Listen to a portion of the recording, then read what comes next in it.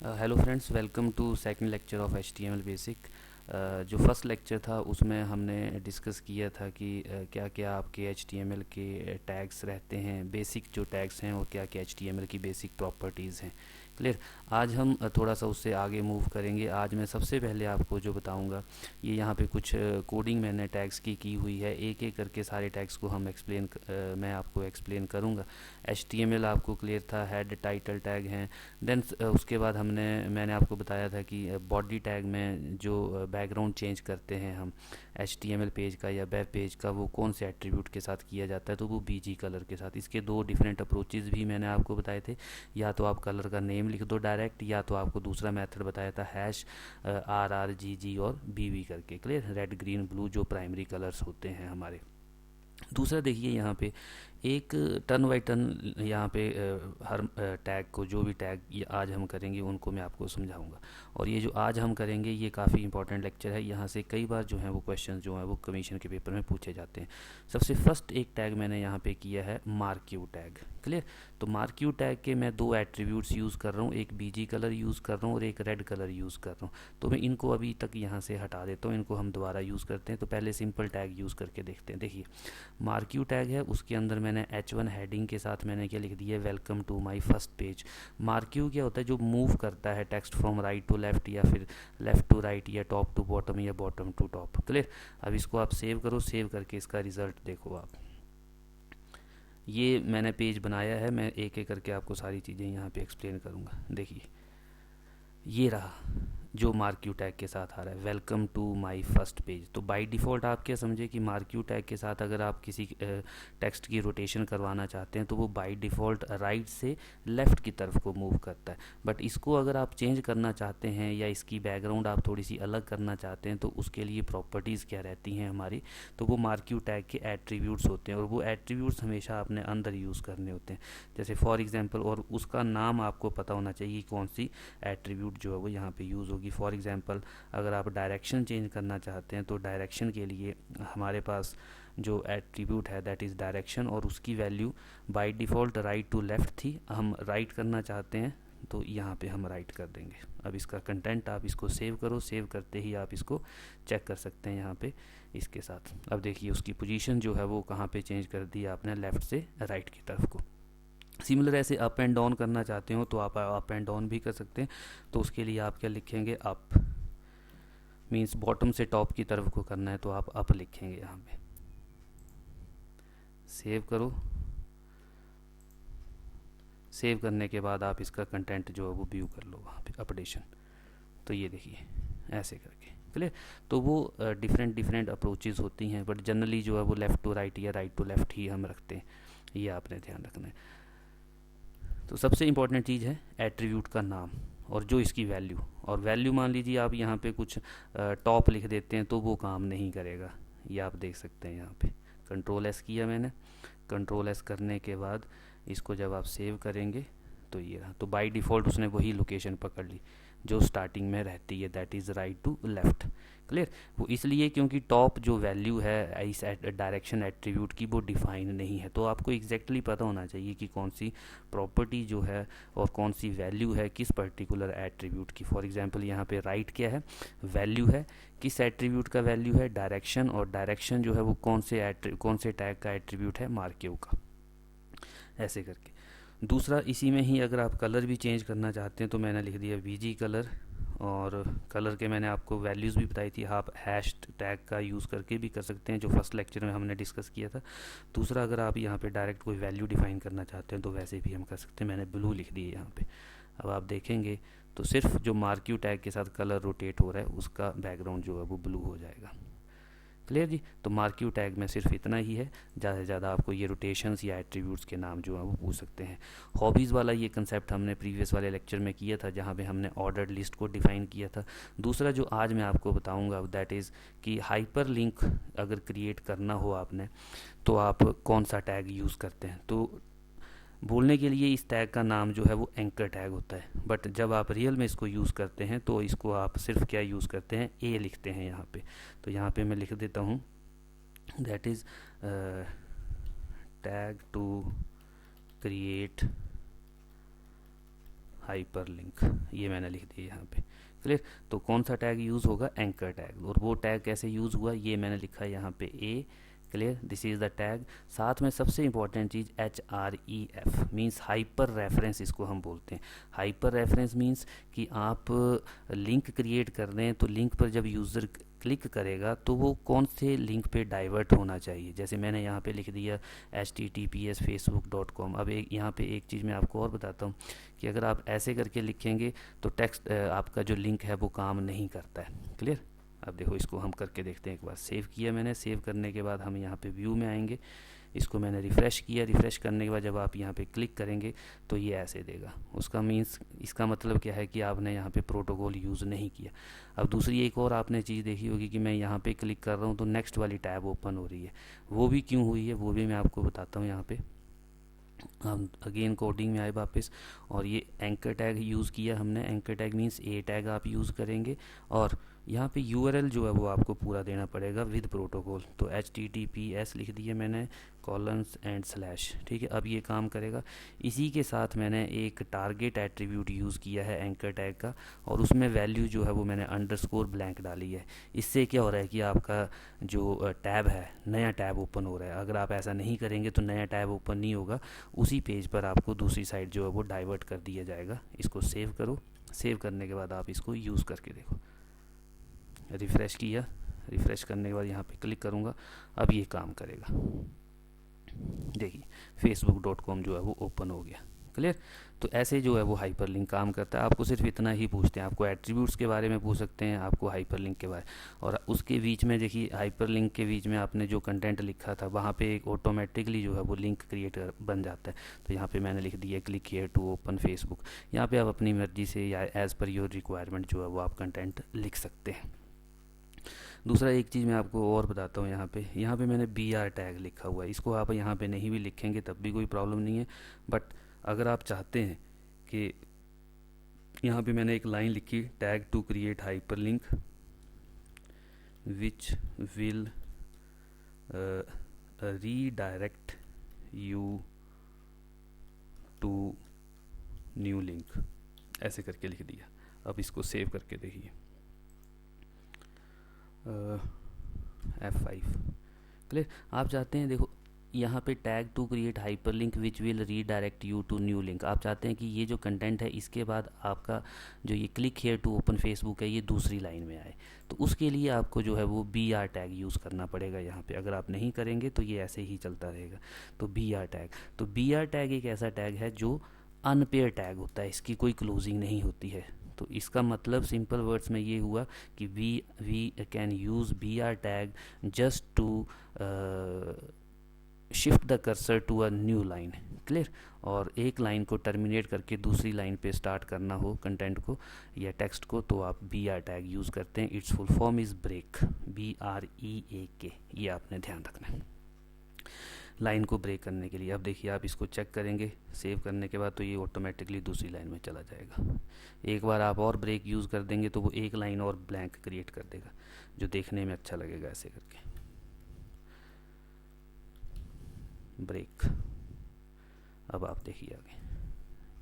Clear. तो automatically जितने आप ब्रेक यूज़ करेंगे वो काम जो है वो होता रहेगा वहाँ पे। सेकंड थिंग, एंकर टैग का क्लियर हो गया कंसेप्ट। इसमें सबसे इंपॉर्टेंट चीज़ है HREF, hyper reference. Anchor tag means A tag आपने यूज़ करना है। It is pair tag, pair tag means इसकी क्लोजिंग भी आप यहाँ पे कर रहे हैं। दूसरा कंटेंट है हमारा इमेज टैग का। तो इमेज अगर इंसर्ट करनी हो आपने अपने वेब पेज में तो हम लोग टैग यूज़ करते हैं IMG, नॉट IMAGE, जो कई बार एग्जामिनर वहाँ पे लिखता है। क्लियर। तो IMG टैग होता है, उसके साथ कौन सा एट्रीब्यूट यूज़ किया जाता है, SRC, क्योंकि वहाँ पे आपको पाथ देना पड़ेगा कि किस फाइल को आप इंसर्ट करना चाहते हैं। बाकी उसका एक एट्रीब्यूट है विड्थ, एक हाइट एट्रीब्यूट है, इसको भी हम यूज़ कर सकते हैं। इसको मैं यहाँ से फ़िलहाल कट कर देता हूँ, ये ऑप्शनल पार्ट होता है। क्लियर। अगर आप विड्थ एंड हाइट नहीं देंगे तो आपकी जो इमेज है वो जो एक्चुअल इमेज होगी वही डिस्प्ले होगी वहाँ पे विद एक्चुअल डायमेंशंस। ये देखिए जैसे ये इमेज यहाँ पे डिस्प्ले हो गई है। क्लियर। अब इसको हम अपनी बिड्थ, अपनी रिक्वायर्ड बिड्थ और हाइट के हिसाब से जो है वो एडजस्ट करेंगे। तो उसके लिए मैंने यहाँ पे इनको यूज़ कर लिया, 300 लिख दिया। 300 मीन्स पिक्सल्स हैं ये।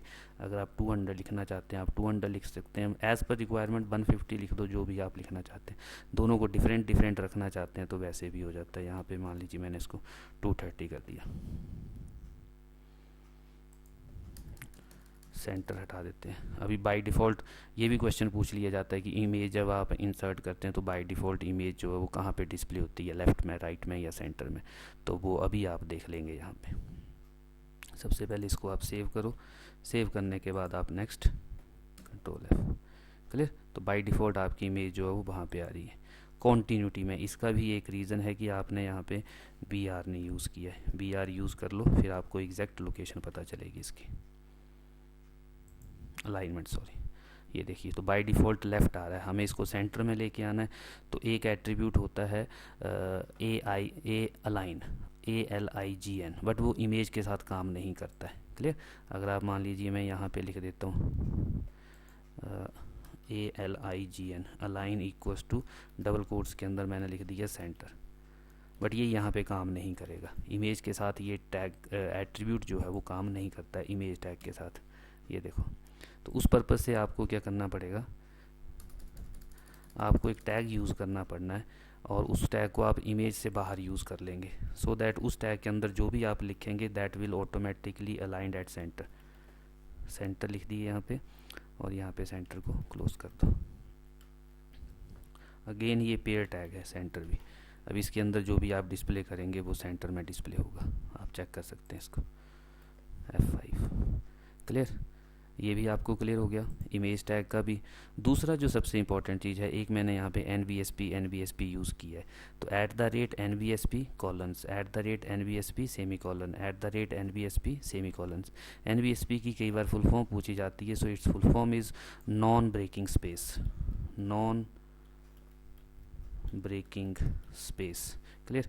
एक बार लिखेंगे तो एक स्पेस आएगा, दो बार लिखेंगे तो दो स्पेस आएगा, तीन बार लिखेंगे तो तीन स्पेस आएंगे। ये देखिए, अभी मैंने सिर्फ एक बार लिखा हुआ है, F5, क्लियर। अगर आप ज़्यादा बार लिखेंगे तो उतने ही ज़्यादा स्पेसिस जो हैं वो वहाँ पे क्रिएट हो जाएंगे। ये देखो, एक बार और लिख दिए मैंने ऐसे करके, कंट्रोल सेव।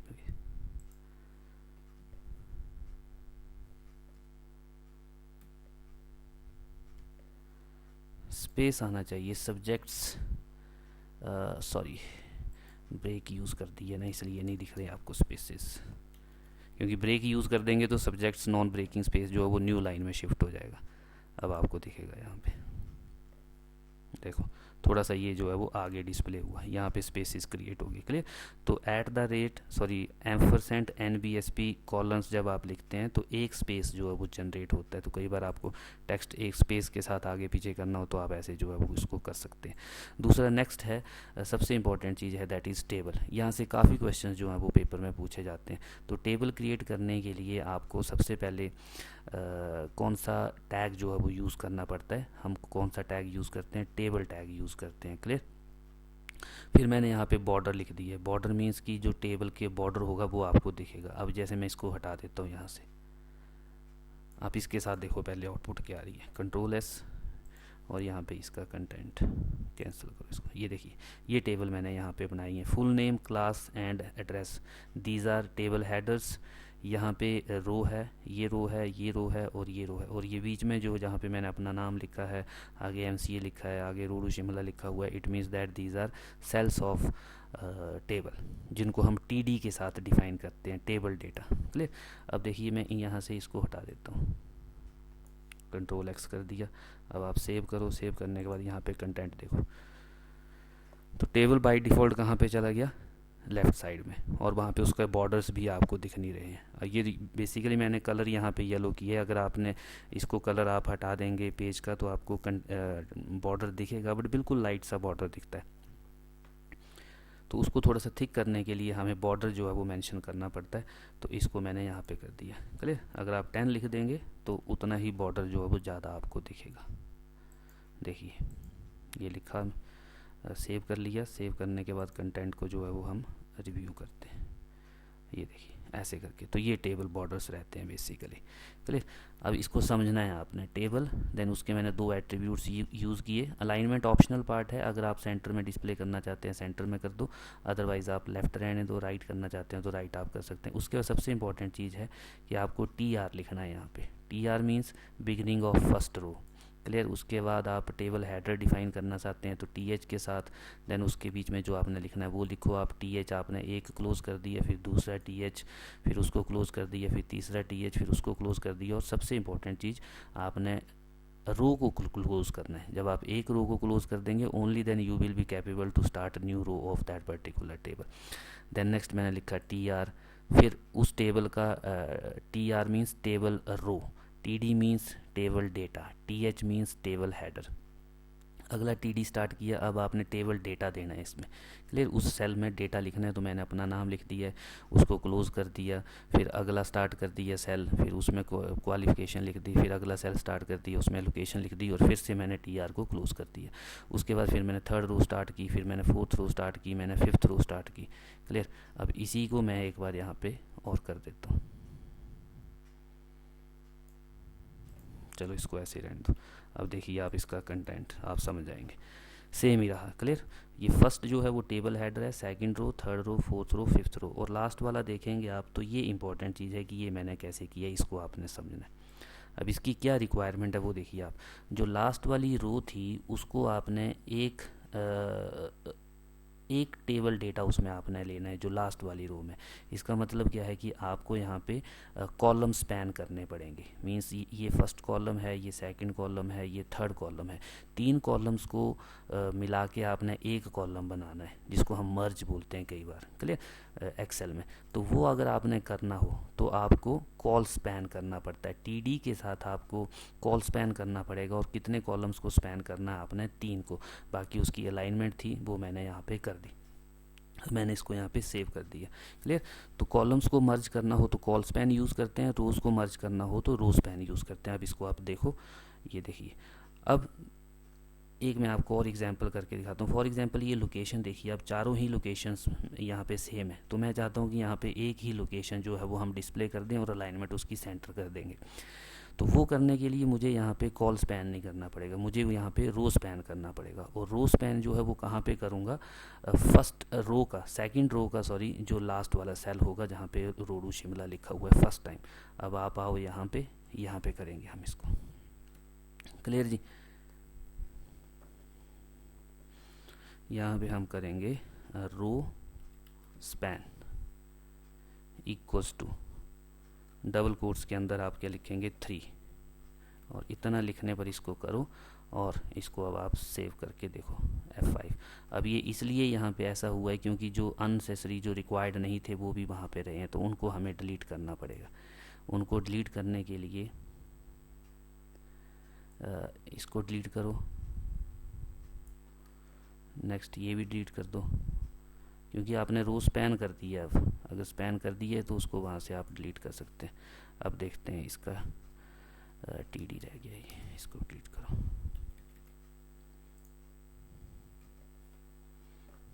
क्लियर जी।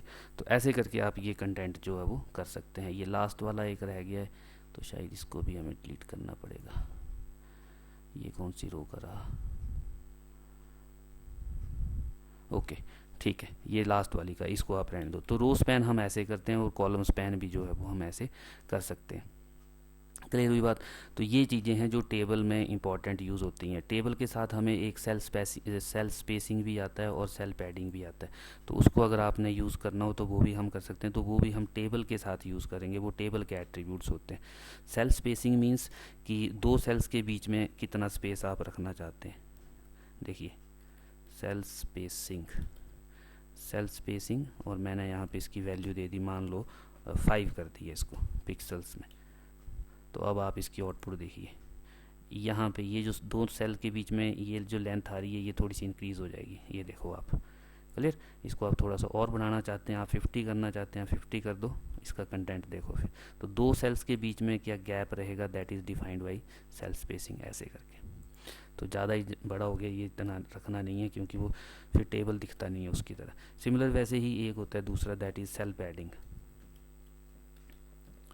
सेल पैडिंग मीन्स कि टेबल के अंदर जो आपने कंटेंट लिखा है और जो सेल के अंदर जो आपने कंटेंट लिखा है और जो सेल का बॉर्डर है उसके बीच का स्पेस, तो उसको भी मैंने यहाँ पे कितना कर दिया 10। और ये कंटेंट मैंने सेव किया। सेव करने के बाद इसको मैं व्यू करता हूँ तो ये ऐसे करके आपको दिखेगा। ठीक है जी। तो आप उसके बीच में उसको गैप जो है वो आप बढ़ा सकते हैं, किसका, सेल स्पेसिंग का। और सेल पैडिंग को भी आप इस हिसाब से जो है वो इंक्रीज़ कर सकते हैं। तो ये टेबल के कुछ एट्रीब्यूट्स होते हैं जो यूज़ होते हैं। सेल स्पेसिंग भी यूज़ होता है, सेल पैडिंग भी यूज़ होता है। तो सेल स्पेसिंग क्या है? सेल स्पेसिंग मीन्स दो सेल के बीच का जो एडजेसेंट बॉर्डर है वो कितना रखेंगे आप। सेल पैडिंग मीन्स कि एक सेल के अंदर जो आपने कंटेंट लिखा है उसका उस सेल के बॉर्डर्स के साथ कितना गैप आ रहा है, उसको आप बढ़ा भी सकते हैं, उसको आप कम भी कर सकते हैं एज़ पर योर रिक्वायरमेंट। दूसरा रो स्पैन और कॉल स्पैन का आप कंसेप्ट समझ गए हैं। तो अभी के लिए फ़िलहाल इतना ही। बाकी नेक्स्ट जो है वो हम पढ़ेंगे नेक्स्ट लेक्चर में, दैट इज़ कि इनपुट डेटा अगर आपने एंटर करना हो तो फॉर्म को हम कैसे डिज़ाइन करते हैं, रेडियो बटन कैसे बनता है, ठीक है, टेक्स्ट बॉक्स आप कैसे बना सकते हैं, चेक बॉक्सेस आप कैसे डिज़ाइन कर सकते हैं HTML में, क्योंकि वहाँ से भी कई बार क्वेश्चन आते हैं। और दूसरा सबसे इंपॉर्टेंट चीज़ नेक्स्ट लेक्चर में हम ये भी कवर करेंगे कि what is CSS, different type of CSS कौन कौन सी होती हैं और उनको हम कैसे जो है वो यूज़ करते हैं। Thanks for watching. Till then आप इसको रिवाइज़ करो। नेक्स्ट वीडियो में हम जल्दी मिलेंगे। Thank you.